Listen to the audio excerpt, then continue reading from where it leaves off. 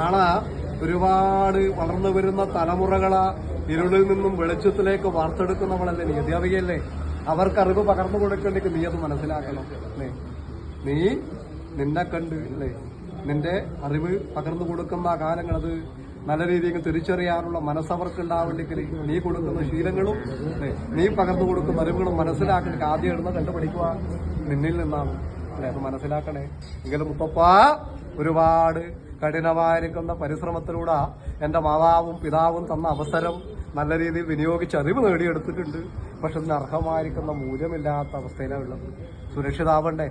ഭയപ്പെടുമ്പം വേണ്ട പരിശ്രമം ചെയ്യുന്നില്ല അതിനു വേണ്ടിയിട്ട്. ആഗ്രഹിച്ചാൽ മാത്രം ഫലം ഉണ്ടാവുക. നല്ല പരിശ്രമം വേണം. ആത്മാർത്ഥമായിരിക്കുന്ന പരിശ്രമം ചെയ്തോ. കാലതാമസം കൂടാതെ കണ്ട് മനസ്സുകൊണ്ട് ചിന്തിച്ചതുപോലെ നല്ലൊരു കർമ്മം സുരക്ഷിതമാക്കി തന്ന് രണ്ടുപേർക്കും മനസ്സുകൊണ്ട് നെയ്തെടുത്ത സ്വപ്നങ്ങൾ സഫലമാകാൻ ഭാഗ്യം ഞാൻ തരും. ഒരുമിച്ച് തന്നെയല്ലേ ഇപ്പോൾ?